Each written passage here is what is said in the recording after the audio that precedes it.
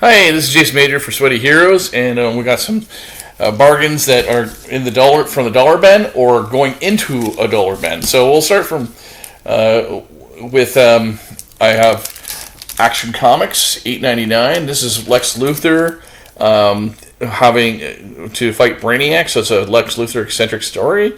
I enjoyed this actually.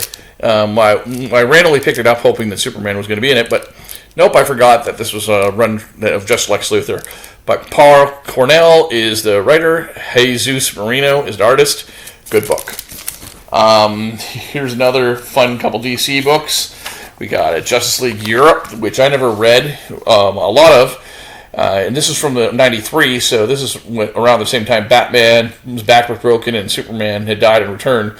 So there's a lot of those, because I was focused on Superman and Batman and Spider-Man in those time periods. A lot of books like this I never got a chance to read, and this was a lot of fun. Seeing some of the second tier Justice League characters. Power Girl at this time was not. Because the original Power Girl was actually from Earth 2 and was the cousin of Superman, so she essentially was Supergirl.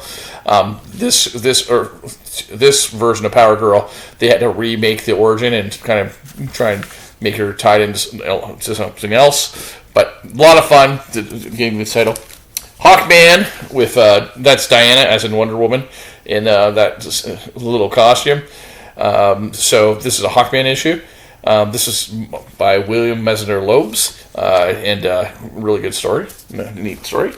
This was a great find, Secret Wars 2, and the Beyonder, and he fights the Celestials, and shows really how powerful he is in fighting the Celestials, and like basically for his amusement, basically.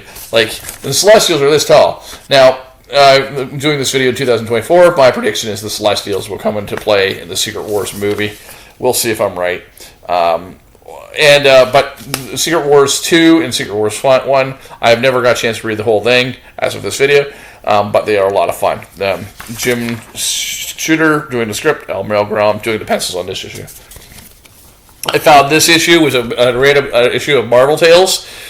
This one reprinting an issue of Amazing Spider-Man that included art by John Romita, and it featured Doctor Strange. I've never have read this issue in my life when I got this, so this was a lot of fun. This is before Gwen Stacy passed away. Spoiler alert. And then finally, this is going to go in the dollar bin, but I found a whole set of them at a convention a while back, a couple years back, where it was like Essential X-Men Volume 1 to 11, and I traded my run of the 1977 Eternals by Jack Kirby for this run.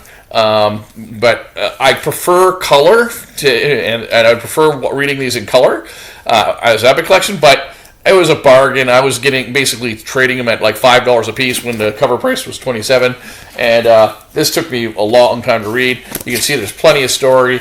This one covers Fantastic Four versus the X-Men from the 80s. A lot of characters like Dazzler and Storm and Forger in here. Art by some great people that some of you might know these, but some of you might not, but you should know them. Also, I'm going to name some of them. Art Adams, Barry Windsor-Smith, Alan Davis, Jackson Geis, Mark Silvestri, Brett Evans, John Bogdanoff, who later would do Superman Man of Steel. Mostly Mark Silvestri and John Bogdanoff and Alan Davis in this run, it looks like.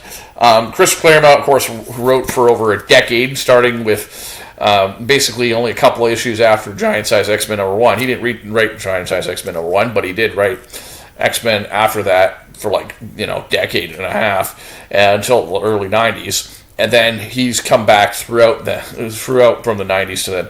And a fun story, I met Chris Claremont at a convention a few years back with him and Bob McLeod, and they were really nice people. I was volunteering for the convention, so I was able to help them to the elevator and to get back to their seat after their presentation was done. And I got to ask him, why is it that, Spider-Man and Thor are, no one was worried about them, but they're worried about mutants. And he tried to give me an answer about how, because mutants are born that way, people are scared of them because they don't understand, are they good or are they bad? It's kind of cool.